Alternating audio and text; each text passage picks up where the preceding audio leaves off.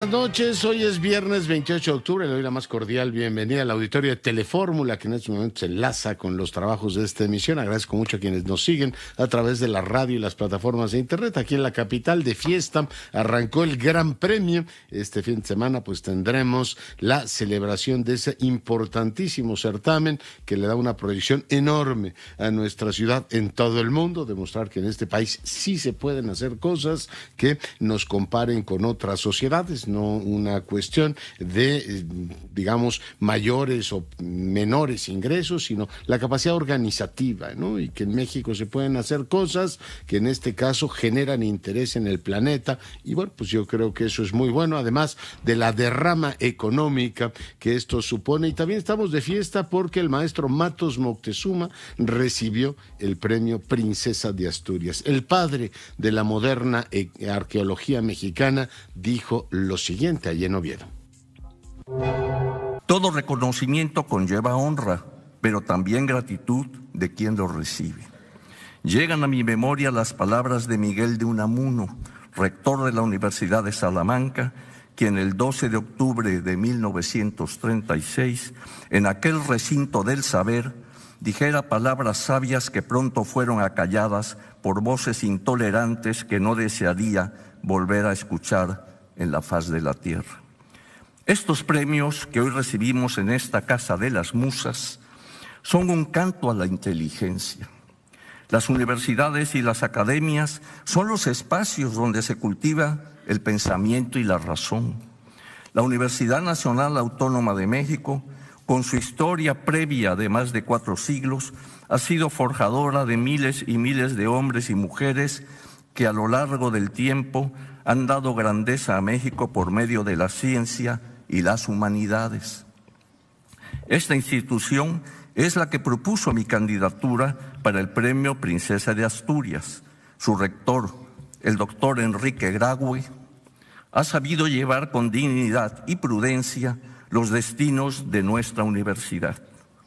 Bueno, pues ahí está lo que dijo el maestro Matos Moctezuma hoy, precisamente al recibir el Princesa de Asturias. En un momento más le presento lo que dijo la princesa Leonor, princesa de Asturias, y el rey Felipe VI. En más información, el presidente de la República se reúne en Hermosillo con John Kerry, el enviado de Biden para los temas de cambio climático. El presidente instruye al secretario de Gobernación y a todos los congresos locales, no solo quedarse con los 17, hoy cargó el secretario de Gobernación contra Guanajuato y contra Chihuahua. Se cumple un año del asesinato de Freddy López Arévalo y bueno, pues amigos y familiares llevan un bloqueo en la San Cristóbal Tuxtla para denunciar la parálisis de la investigación. Ricardo Monreal presenta denuncia formal ante la Fiscalía General de la República contra Laida Sansores. Le comento que hoy se dieron a conocer datos de las finanzas públicas, sube el ISR, el IVA tiene un pálido crecimiento, pérdidas importantes en las paraestatales superiores tanto en la CFE como en Pemex, superiores a los 50,000 millones de pesos. En más información, el pájaro ha sido liberado, esto dice Elon Musk, tras concretar la compra de Twitter. ¿Sabe quién celebró la compra de Twitter por Musk? Donald Trump. Dice que ahora está en las manos correctas. Me permite que hagamos una breve pausa. Le adelanto que platicaremos más adelante con Eduardo Ragazor de Brasil y vamos a tener hoy una conversación con el gran Héctor de Mauleón. Volvemos. Seguimos con la información. Voy a enlazarme con mi compañera Andrea Meraz para que nos cuente el tema del cambio de horario. Finalmente tenemos 3 efectivamente usos horarios en México. En algunos casos en Quintana Roo se quedarán con el horario tradicional. Ojo, no vaya a haber muchos infartos en aquella parte del país y por supuesto del lado del Pacífico. Entonces tendremos 3 y en las zonas fronterizas otro horario según lo ha dispuesto el presidente y también la mayoría del legislativo. Saludo a Alejandro Rojas Díaz Durán, consejero político de Morena y además un hombre muy cercano a Ricardo Monreal. Alejandro, ¿cómo estás? Buenas noches, Leonardo, y a ti, a todo tu auditorio, a tus órdenes. Han lanzado o han abierto, digamos, la caja de los truenos contra el senador Monreal. Sí, porque les estorba para la imposición de la corcholata favorita y no quieren que vayamos hasta el proceso, porque ellos quieren encuesta, insisten en un método que no es un método democrático, porque si fuera un método democrático, por encuesta hubiéramos hecho la revocación de mandato, la consulta al aeropuerto para su cancelación, o la consulta para enjuiciar a los expresidentes de la República, o para cancelar inversiones, como en el caso de Mexicali, ¿no? O sea, si fuera muy democrático eso, pues cancelamos las elecciones y que sea por encuesta. Pero lo que nosotros decimos es que Morena, que es un movimiento popular y democrático, tenemos que ponernos a la altura de lo que el pueblo manda, y que además el presidente López Obrador ha puesto el ejemplo, precisamente llamando a la urna a todos los que quieran participar en estos ejercicios de participación democrática y ciudadana. Y lo extraño es que no quieren que ahora dentro de Morena, en la decisión más importante que va a tomar Morena en el sexenio, que es quién va a abanderar la candidatura presidencial, ahí no quieren que haya una elección primaria, como pasó en Chile y en Colombia, tanto Gabriel Boric, Uruguay, en Chile, Argentina, ¿sí? Así es. Oye, la política mexicana es muy rara porque, bueno, no muy rara, así somos, pero sí son con mucho espionaje, con spots, pero, por ejemplo, ¿no sería posible pensar un debate Ricardo, Claudia, que fuera Marcelo y Adán Augusto, donde los pudiéramos ver competir en pie de igualdad, diciendo, a ver, yo creo que la cuarta transformación debería ir por aquí? O sea, tal cosa en México, Alejandro, mientras tú y yo vivamos, no la vamos a ver. No, yo espero que sí, de eso se trata. Por eso luchamos tantos años para un cambio de régimen. Un cambio de régimen también implica... O sea, abiertamente que vayan y discutan, se peleen, claro, digan, a ver, yo opino esto por esto. Claro, a ver, sería muy sano para enriquecer el debate plural y democrático, y también para que la gente se informe bien y sepa quiénes quieren en realidad, porque la propaganda política es engañosa. Pero si hubiera debates, que debe haber debates entre los aspirantes, para empezar poner el piso parejo, porque no está parejo, está muy disparejo, está bien chueco el piso, porque desde el principio, pues desde Palacio Nacional, nunca mencionaron a Ricardo Monreal durante año y medio. El presidente López Obrador, que tiene todo el derecho de promover y de hablar muy bien de sus corcholatas, pues me parece que ahí hizo una omisión que no merecía a Ricardo Monreal, porque ha sido un aliado leal, no solamente de su gobierno, sino del movimiento, y creo que a él se le debe, a Ricardo Monreal, que su talento político haya construido los acuerdos en el Senado de la República con todos los actores y grupos parlamentarios para que se votaran el 80% de las reformas constitucionales por unanimidad. Es decir, si no hubiera habido ese trabajo político y legislativo, no habría el cimiento de la cuarta transformación en México. Y me parece que el hecho de que deliberadamente, desde un principio, desde hace año y medio, le levantaron la mano a Claudia Sheinbaum, en detrimento de todos, de Marcelo, y luego metieron a Adán Augusto, porque primero eran nada más Claudia y Marcelo, ¿no?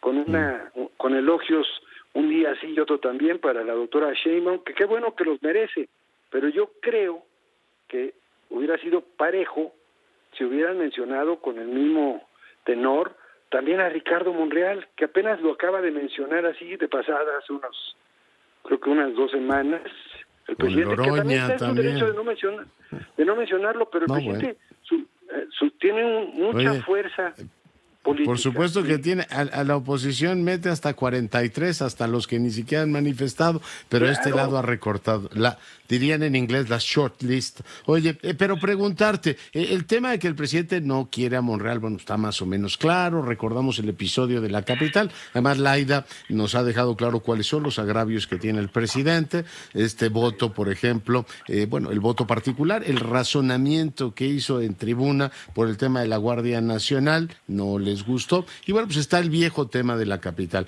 pero que se use el espionaje ya son palabras mayores, ¿no?, para golpear enemigos políticos.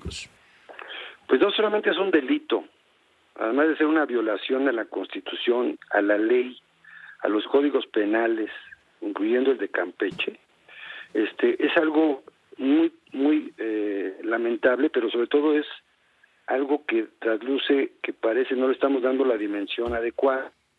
Se trata solamente de que Laida exponga la vida personal y pública de personajes, ¿no? Como Alito, que es impresentable para muchos y para mí también e indefendible, pero será un juez el que definiría, ¿no?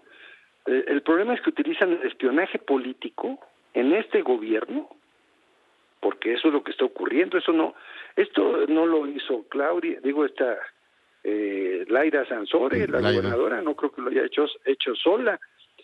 No quiero pensar que lo hizo su fiscal, que tuvo acceso al software Rafael el sexenio pasado, porque él fue comisionado a la PFP, Renato Sales, y que él tenía acceso a este tipo de sofisticados sistemas de espionaje.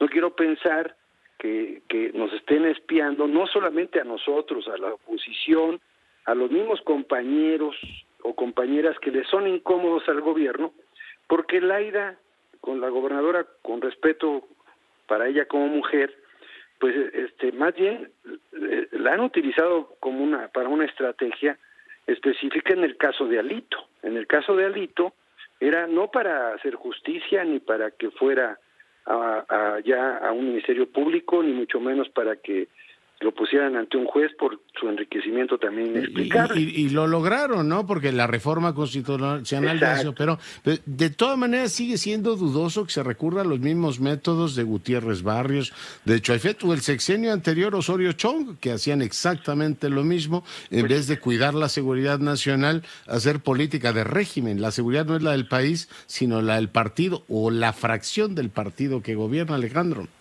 Ese es el tema central, que hay una regresión política en México porque ellos, una parte de esta línea política que nos ataca adentro y afuera, son los que quieren restaurar el viejo régimen presidencialista, absolutista, con un partido de Estado, y ahora con un elemento peligrosísimo que es empoderar al ejército, darle una supremacía militar sobre el poder civil, incluso militarizar la administración pública, militarizar la vida pública, porque una cosa es que coadyuven en tareas de seguridad pública, que además no ha resuelto el tema de la violencia extrema, el crimen organizado y la inseguridad, tener a los militares en las calles.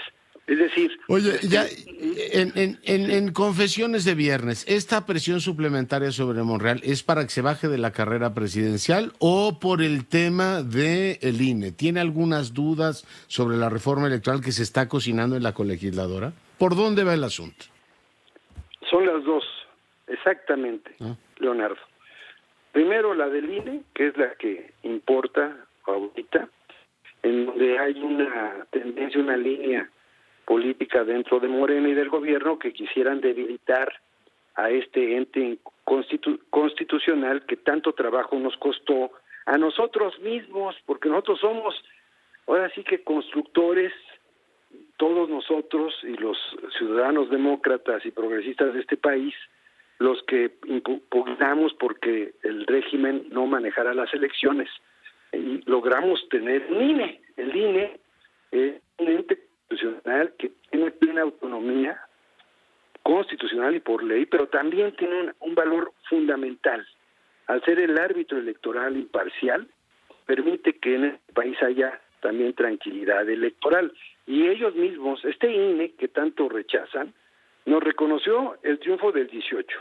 Nos han reconocido 20 gobernaturas, ya van 22, si no mal recuerdo, y casi 1,000 municipios en el país, más la mayoría en el Congreso. Entonces, bueno, quiere decir que este INE no está tan mal. Que no coincidamos con Lorenzo Córdoba. Pues Lorenzo Córdoba no es el INE. Él no controla todo el INE. Lo controla el Consejo. Se va en abril del 23, ¿no? Y él se va en abril del 23. Entonces, lo que quieren es debilitar esta línea política al INE precisamente para centralizarlo, como el viejo régimen, ¿no?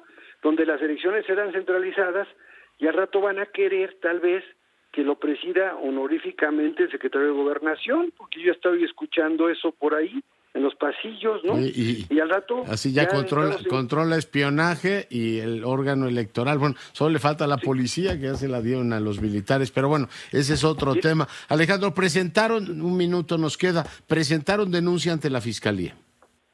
Sí, hoy Ricardo Monreal la presentó contra Laida Sansores, no solamente por violación a la Constitución de la ley, por violar la secrecía de comunicaciones privadas que son inviolables, y la segunda por peculado por utilización de recursos públicos. Entonces, eso ya está interpuesta. Él es un ciudadano, Ricardo Monreal, que tiene todo el derecho de que también se defienda, y que la gobernadora pues también tome nota de que nosotros no vamos a permitirlo por la impunidad. Cuando dice ella, no somos iguales, efectivamente, gobernadora Laida Sansores, no somos iguales, ¿eh? Nosotros sí conocemos la Constitución, la ley, y la respetamos. Entonces, ella también la tiene que respetar y la tiene que acatar. Yo confío en que tenga un momento de lucidez la gobernadora, y ya, además de ofrecer disculpas, que entregue todo lo que tiene, porque es un delito también poseerlo, al Ministerio Público, porque eso dice el Código Penal, artículo 222. Es una obligación del ciudadano cuando tú tienes documentos o pruebas, como en este caso, confidenciales, tú las tienes que remitir a un Ministerio Público. Claro, el presidente criticaba el periodismo de espionaje, debería criticar igual la política basada en el espionaje, que no es democrática. Alejandro, muchas gracias por el enlace. No, hombre, a tus órdenes. Buenas noches a todos. Buen fin de semana. Alejandro Rojas Díaz Durán, consejero político, ha estado, bueno, usted recuerda, fue también aspirante a dirigir Morena, muy cerca de Ricardo Monreal. Vamos a escuchar ahora el momento en el cual la princesa de Asturias anunciaba, la princesa Leonor, la concesión, en este caso, del premio que lleva su nombre, que lleva su título más bien, porque ella de nombre es Leonor, a Matos Moctezuma. Me importa que el antropólogo y arqueólogo Eduardo Matos Moctezuma haya dedicado su vida a reconstruir y documentar con gran rigor científico cómo fue la de los pobladores del México prehispánico. Él nos descubre el pasado para comprender lo que somos y lo que las sociedades antiguas y actuales tenemos en común. Y el rey de España, Felipe VI, dijo lo siguiente sobre el padre de la moderna arqueología mexicana. El arqueólogo mexicano Eduardo Matos Moctezuma reivindica con vehemencia los lazos indisolubles que unen a nuestros países.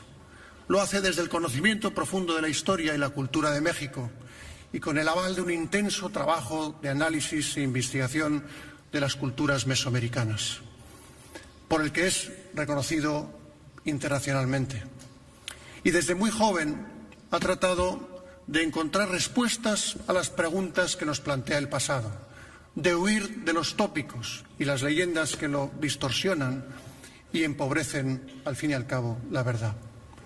Hoy le agradecemos su ingente tarea, el cariño y la sinceridad con los que defiende las relaciones fraternales y fructíferas entre México y España, al amparo de nuestra historia común y de nuestra convivencia de siglos. Pues eso dijo el rey de España, reconociendo a Matos Moctezuma. Andrea Meraz, te saludo. Hola, doctor, muy buenas noches. Pues el próximo domingo 30 de octubre es el último día que al menos en el centro del país se atrasa o se hace este manejo de atrasar y adelantar una hora del reloj. Otros estados de la República como Quintana Roo se mantienen en el mismo horario, porque Quintana Roo es parte del grupo de los 75 grados oeste, que significa que siempre van una hora adelantada en comparativa con el centro de la Ciudad de México. Sonora es el segundo estado que no va a cambiar el reloj, ya que tiene una relación comercial con Arizona. ¿Qué otros estados? Baja California, Chihuahua, Coahuila, ¿y van a poner en riesgo la salud de los sonorenses por razones de ese tipo? Porque decían que era por la salud, ¿no? Sí, de hecho, recordemos que en julio pasado el secretario de Salud, Jorge Alcocer, pues señalaba que el horario de verano tiene efectos adversos en el sistema nervioso que ocasionan somnolencia, irritabilidad, problemas de concentración y de memoria, así como trastornos digestivos, con disminución del apetito durante el día y el aumento en la noche. Pues recordemos también que el secretario también de Salud en julio pues justo firmó junto con el presidente Andrés Manuel López Obrador la iniciativa para eliminar el horario de verano, situación que ya se hizo real en el legislativo, y pues que a partir de este 30 de octubre, doctor, pues nos quedamos más en la oscuridad y pues ya no vamos a hacer está bien. Todo por la salud. Finalmente es una convención, el horario. Lo único que hace es que pues vamos a tener la noche, o sea, en vez de digamos, ponerse el sol, hoy se iba a poner a las 19:08, pues serán las 18:08 y tendremos tardes más oscuras, pero bueno, se ve que hay mucha gente que le gusta eso, ya es un hecho consumado. Lo que me da risa a mí, por eso ironizo con ello, es que decían que era por la salud. Entonces digo, a los sonorenses les importó un pepino cuidar su salud y entonces les dicen, por razones comerciales nos vamos a mantener ahí. Les deberían decir, exponemos la salud de los sonorenses por razones e intereses crematísticos y los demás pues viviremos en la placidez de, ¿cómo le llamaron?, el horario de Dios. Así es que bueno, pues este sábado, recuérdanos, retrasamos 1 hora los relojes, ¿no? Así es, nos retrasamos y ya nos quedamos así hasta que pues ahora sí que si alguien vuelve a regresar el horario de verano, pues ya se verá, pero al menos en este sexenio no va a regresar esta iniciativa y nos quedamos a oscuras a partir de las 6 de la tarde, doctor.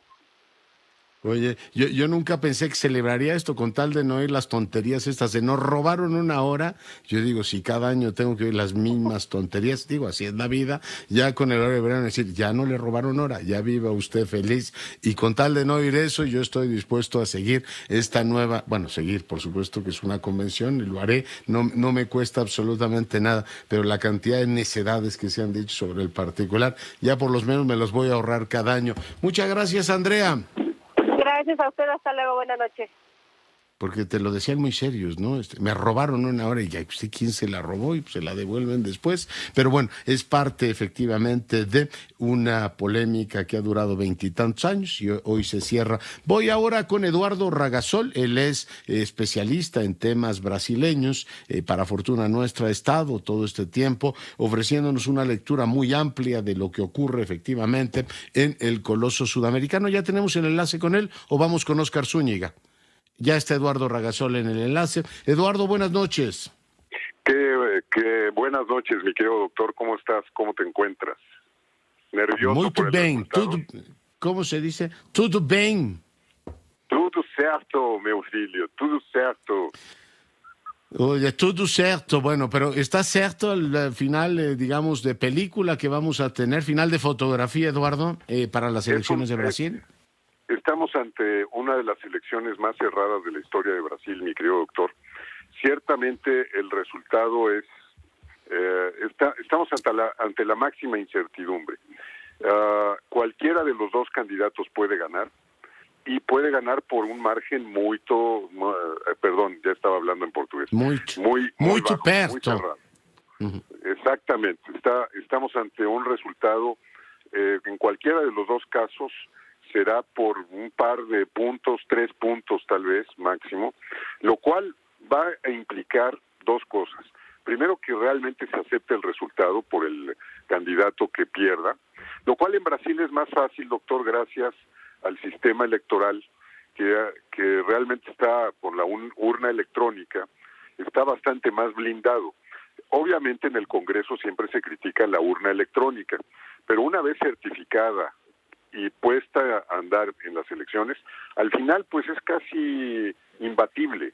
O sea, es algo que no ocurrirá nada estilo Trump en los Estados Unidos, o estilo, pues ya sabemos aquí en México, que si no acepta los resultados ante una elección cerrada, pues paran reforma y hacen otras cosas, ¿no? Oye, pero el sistema, difícilmente hay sistemas... Eduardo, hay sistemas que pueden estar blindados, pero no hay sistema que esté blindado en contra de la deslealtad democrática. ¿Bolsonaro reconocería una derrota? Me parece que sí, doctor. Difícil, pero yo creo que sí la aceptaría. Más que además, en todas las encuestas a lo largo de todo el periodo, pues ha salido abajo. Ahora se han cerrado y están todas dentro del margen de error, esto que el famoso, lo que se dice en los medios, empate técnico, quiere decir que si nadie empata en esto, no, uno va a ganar. Pero el margen de error ya está demasiado cerca para decidir, están ¿no? muy cerca. Tú me enseñaste para eso. Poder afirmar cualquier cosa. Folla de Sao Paulo trae 5 puntos. ¿Eso es demasiado cerca para decidir?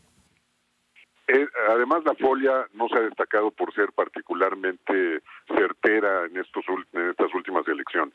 De tal manera que yo no determinaría que solo la Folia ya nos daría el resultado. De hecho, hay muchas que están en los 2-3 puntos de diferencia, todas a favor del expresidente Lula, ¿no? Sin embargo, todo puede pasar el día de las elecciones, doctor, como ya lo vimos en la primera vuelta, y bien te lo comentaba yo, el margen se iba a cerrar, Lula iba a salir como primero, pero nos íbamos a ir a una segunda vuelta, cosa que usted no aceptaba en aquel momento. O bueno, más bien como que tu pronóstico era diferente. Ahora el análisis político es así, y yo por eso lo entrevisto a usted, para oír al experto. Mi pronóstico, doctor, es que el presidente Bolsonaro va a ganar por muy poco margen, pero él va a ganar. Ese es mi pronóstico pues digamos reservado. ¿Por qué lo digo? Porque se ha venido dando varios eventos a lo largo de estas últimas 2 semanas, en los cuales Bolsonaro, pues francamente, se ha destacado. El debate que tuvieron frente a frente Lula y Bolsonaro, clara y nítidamente, y aceptado hasta por los mayores detractores de Bolsonaro, lo ganó Bolsonaro. ¿Por qué? Porque Lula se vio totalmente rebasado, cansado, fatigado, sin respuestas, sin propuestas. En cambio, Bolsonaro tenía los datos y lo manejó francamente bien. O sea, nos podrá caer mal el personaje, nos podrán no gustar el tipo de política que quiere implementar, y eso está claro, y todo el mundo tenemos derecho a que no nos guste ese candidato, pero objetivamente el debate lo ganó, pero por completo, dicho hasta por los peores detractores de Bolsonaro. Oye, déjame ponerte los números que trae Datafolia. Lula tendría 49, Bolsonaro 44. Votos, en este caso, gente que blancos o nulos estarían en torno al 5%, que es la diferencia entre uno y otro. E indecisos todavía estas horas son 2%, Eduardo. Realmente creo que sí, está como en la lotería, ¿no? Todas las bolas están dentro del bombo. Está en la lotería y puede pasar lo que el escenario de una victoria de Bolsonaro es perfectamente viable. No es el más probable, pero es probable. La probabilidad yo la estimo en una victoria de Bolsonaro de un 51%, mi querido doctor. Ya, muy bien. Pues tomo nota y ya platicaremos el lunes con los números, mi querido Eduardo. Te mando un gran abrazo. Además, con el desafío de quien gane, tiene que hacer que la otra mitad del país pues también se sienta representada y escuchada. Ya platicaremos de cómo van a gobernar el coloso. Nos vamos, gracias Eduardo, pausa, volvemos. Seguimos con la información. Le contaba que, bueno, pues hoy vamos a conversar con Héctor de Mauleón a propósito de los 2 más recientes volúmenes de su ciudad oculta, un gran observador de la ciudad. Le recuerdo que a Héctor de Mauleón le debemos La ciudad que nos inventa, las crónicas de 6 siglos, un libro precioso, El derrumbe de los ídolos, que también son crónicas de la ciudad, en las que se ha venido ya especializando. Como le digo, van 4 tomos y ahora pues tengo la fortuna de saludar al escritor y periodista Héctor de Mauleón. ¿Cómo estás? Hola, ¿qué tal? Muy buenas noches. Oye, antes de hablar de ti, déjame levantar una copa, la tengo llena de agua, no otra cosa, pero creo que el maestro Matos se merece el reconocimiento que ha recibido efectivamente en Asturias, pues el reconocimiento de todo el país. Creo que es un gran día para México, Héctor.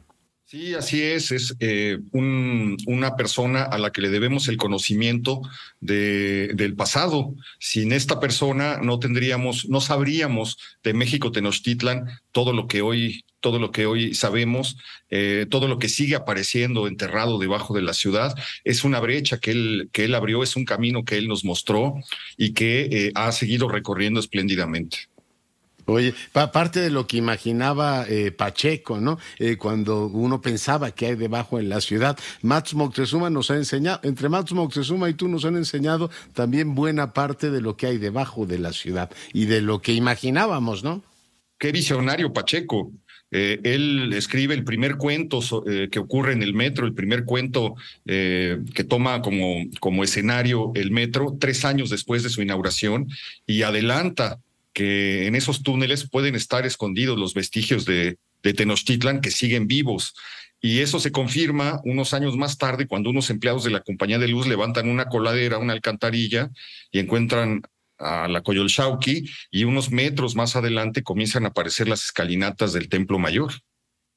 ¿Qué te decía el maestro Pacheco? Mira bien la ciudad, porque no sabes si va a seguir ahí, pero mira hacia abajo porque quién sabe qué maravillas podrá tener Héctor. Sí, es una de las grandes enseñanzas y uno de los grandes legados de José Emilio Pacheco.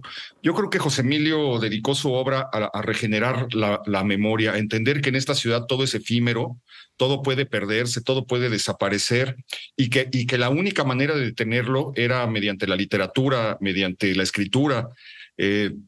En una ciudad tan atada a sus destrucciones. Creo que esa es la gran enseñanza de José Emilio y es un hilo que recorre toda su obra, tanto su poesía como sus novelas, como sus relatos y como esa columna maravillosa que ejerció durante medio siglo de periodismo cultural que fueron los inventarios, ¿no? Sí, ahí están. Y bueno, tú lo ibas a escuchar allá al Colegio Nacional y después regresaban hasta la Condesa, ¿no? Sí, y yo iba cada año porque él daba durante una semana una conferencia que duraba hora y media, 2 horas, sobre diversos temas que tenían que ver con el pasado literario de México. Por ahí desfilaba la obra de Manuel Paino, Los bandidos de Río Frío, desfilaban las crónicas de Guillermo Prieto, la obra de Altamirano. Era Pacheco, un personaje que parecía que había conocido a todas estas personas por la facilidad con la que se refería a ellos y a su obra. Entonces era fascinante irlo a escuchar y con el paso de los años, cuando el viernes que terminaba su conferencia, hicimos una especie de ritual que era que yo lo recogía al terminar la conferencia y nos íbamos en un coche destartalado que yo tenía atravesando el centro hacia Nuevo León o al Xel-Há, Nuevo León, Colonia Condesa, para comer tacos de cochinita y cubas, que era lo que le gustaba en ese momento a José Emilio. Pero el trayecto, yo no quería llegar porque el trayecto era fascinante. Íbamos a vuelta de rueda en el tráfico, atravesando los viejos edificios del centro. Muchas de las cosas que él dejó en poemas o en relatos estaban ahí. Y la gran enseñanza era que él se sentía como un fantasma ya dentro de la ciudad en la que él había crecido y vivido y aprendido a querer. Ya no existía, ya no estaba, se le había ido y la miraba con muchísima nostalgia. Y eso provocaba una especie de ansiedad, porque con el paso de los días la ciudad se iba perdiendo un poco más. Yo creo que esa es una de las grandes tragedias de la Ciudad de México, que no hemos sabido preservar su memoria, respetar su patrimonio, hemos perdido brutalmente el pasado. Una parte efectivamente es así, y bueno, cuando uno va pues recordando cines, teatros, todo lo demás. Pero déjame usar 2 preguntas, así me las voy a fusilar directamente, total estamos entre amigos y ya es viernes, de la estupenda entrevista que le hiciste a Monsiváis y que reproduces en estas crónicas. Yo, por cierto, no sabía la historia de Monsiváis, cómo se adentra a los libros, pero le haces 2 preguntas así directas. ¿A ti qué es lo que más te gusta de la ciudad? Por supuesto, aquí en el libro está lo que te dijo Monsiváis. Yo te lo pregunto ahora de Mauleón, ¿qué es lo que más te gusta de la ciudad? No, desde luego el centro histórico me provoca una serie de emociones inmensas, sobre todo la parte que se encuentra detrás del Palacio Nacional, la parte, digamos, olvidada, la parte que no es tan turística, que no es tan frecuentada. ¿Por cuál, hacia Santo Domingo o hacia Moneda o dónde? No, del Palacio Nacional hacia la Merced, toda esa hacia la Merced de la ciudad vieja, donde todavía hay muchísimos lugares en los que parece el tiempo detenido dentro de viejas vecindades que tienen como una pátina antigua que no se encuentra en otras zonas del centro. Y es una zona también muy atada a sus leyendas. Cuando le cambiaron los nombres a la ciudad para ponerle nombres de repúblicas latinoamericanas, como un homenaje a quienes habían venido a festejar con Obregón el centenario de la consumación de la independencia, le quitaron a la ciudad sus viejos nombres. La calle que se llamaba la cerca de la Puerta Falsa de San Andrés se llamó República del Perú, por ejemplo. Bien. Y así fueron quitándole los nombres antiguos, pero en la parte de atrás todavía quedan muchas calles que uno encuentra con nombres enigmáticos, misteriosos, que hacen referencia al pasado real, a los siglos que han transcurrido por esta... Que es una forma de perder. Digo, yo me enteré, por ejemplo, creo que es la crónica que hablas de Couto, que es muy interesante. No me recuerda también una novela, creo que hizo Rafa Pérez Gay. En este caso que Izazaga se llamaba Verde, ¿no? O algo así. Se van perdiendo los nombres. Qué bonito nombre. Parece novela de Vargas Llosa. Calle Verde. En un tramo y en la otra se llamaba Monte Alegre. Le pusieron Izazaga. Es que, digamos que al triunfo de los liberales concibieron la idea de que la ciudad nos diera clases de historia y de civismo y que recordara los nombres de sus héroes. Entonces le quitaron muchos de los viejos nombres para imponer los de los héroes de la independencia y de la reforma. Si tú te das cuenta, en todas las ciudades y en todos los pueblos de México hay una calle, Avenida Juárez, una calle Hidalgo, una Allende, una Aldama. 60 calles. Era la religión cívica, ¿no? Si hubieran ganado los conservadores, probablemente Avenida Juárez se llamaría Avenida Miramón o algo así. Pero la idea es que se vuelven como pizarrones donde aprendes historia. Y eso yo creo que le hizo muchísimo daño a la memoria de la ciudad, porque la gente vivía conectada con el nombre de sus calles, significaban algo. Ahí había ocurrido un suceso. Había en Montserrat, por ejemplo, la calle de Montserrat, había un convento del que no quedan más que unos cuantos arcos, y hoy le llamamos Izazaga. Cada calle hacía referencia a un vecino, a un edificio o a un suceso que había ocurrido y que era recordado por la memoria colectiva. Cuando el gobierno o el Estado, digamos, se apropia de las calles e impone los nombres, algo se rompe en la memoria de la ciudad. Esto pasó a finales del siglo XIX y volvió a pasar durante el Porfiriato y se recrudeció durante la posrevolución. De manera que quienes nacimos en la Ciudad de México en el siglo XX no teníamos ya esa conexión que tuvieron otros habitantes de la ciudad. O la vemos fragmentariamente como con lunares, ¿no? Me encanta la crónica que haces del incendio de la Santa Veracruz y esa plaza que se sigue hundiendo, ¿no? La ves ahí, pues como feneciendo literalmente la ciudad. Pero te hago la otra pregunta que le hiciste a Monsiváis para completar la mancuerna. ¿Qué es lo que más repudias de esta ciudad? No, bueno, es que se ha vuelto una ciudad inmensa, ¿no? Esa megalópolis que invadió cerros, barrancas, que secó los lagos, que secó sus ríos, que todo lo volvió asfalto, es absolutamente pavoroso. Pero al mismo tiempo es maravilloso. Por ejemplo, cuando uno llega en avión a la ciudad y llega de día, lo que ve es aterrador. Pero si uno llega de noche y la ve iluminada y oscura, con brillos y oscuridades, pues parece que es un alajero lleno de joyas, es una cosa maravillosa. Y creo que tiene los dos esas dos formas de ser. Es una ciudad que repudias, que odias, y al mismo tiempo es una ciudad que amas infinitamente, ¿no? Sí. Oye, por supuesto que vas eligiendo crónicas diferentes. Yo no sabía que habíamos tenido una mujer aviadora o el olvidado doctor Balmis. Me gustó mucho también, por razones creo que obvias, la forma en que describes a Juárez, ¿no? Cómo lo van recordando sus contemporáneos y el benemérito de las Américas empieza a resultar muy difícil, resulta un personaje político muy difícil para convivir con él por parte de sus contemporáneos. Muy interesante ese enfoque también, Héctor.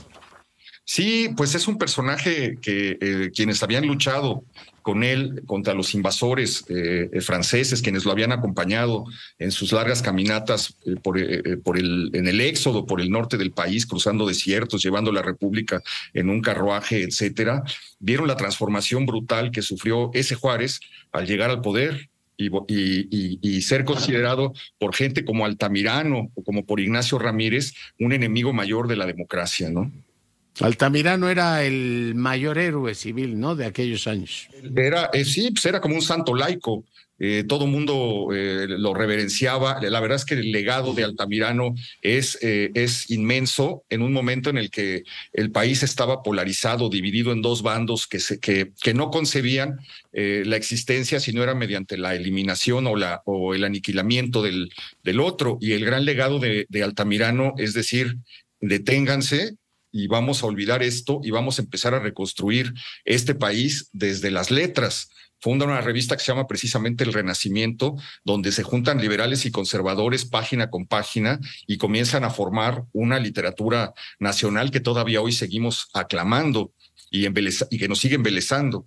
Entonces es una figura mayor que, sin embargo, se convierte en el crítico mayor de Juárez y le dice: yo a usted lo seguiría hasta el fin del mundo en caso de una invasión extranjera, pero en términos de su política, de lo que está haciendo dentro del país, no cuente en lo absoluto conmigo. Y me parece un gran gesto de Juárez decirle, haberle respondido: yo lo respeto como crítico inteligente, y chocar su copa con él.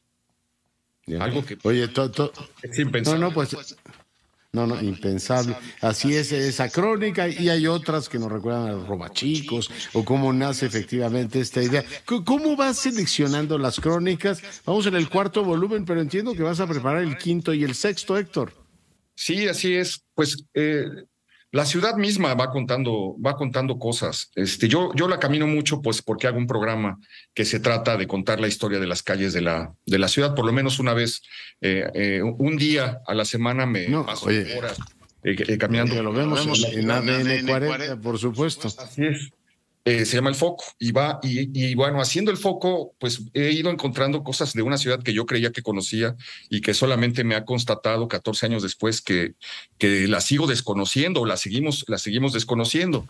Pero la ciudad te va sugiriendo, o vas encontrando en las hemerotecas o en los libros de viejo que venden en la calle de Donceles, etcétera, historias olvidadas, historias minúsculas que al revisarlas te alumbran zonas de la vida o de la vida cotidiana o de la historia de la ciudad a lo largo de 500 años. Y es un trabajo fascinante porque nunca sabes qué vas a encontrar. Hace unos meses, ya cerrando este libro, entré a una librería de viejo y en el anaquel de la Ciudad de México encontré un libro que se llamaba La Santa de Coyoacán, y lo saqué para ver qué era, y en la portada venía la foto de una mujer bellísima, pero muerta en su ataúd, rodeada de flores, pero bellísima. Y me interesó, comencé a hojearlo y me di cuenta que es la historia de una mujer que en tiempos de la persecución religiosa, en tiempos de los cristeros, etcétera, se enfrentó a los hombres de Garrido Canaval que querían destruir la iglesia de Coyoacán, y la mataron. Entonces se levantó un culto, ya hoy un poco o bastante olvidado, pero se levantó una especie de culto alrededor de la figura de esta muchacha de 24 años que perdió la vida defendiendo su iglesia, digamos. Y este hecho tan, digamos, olvidado y minúsculo, cuando lo comienzas a revisar, te revela el trasfondo de un México que vivió unos años terribles, los curas dando misa a escondidas, siendo fusilados si los descubrían, los católicos poniendo bombas al poder civil o atentando contra el mismo presidente para terminar con esa persecución.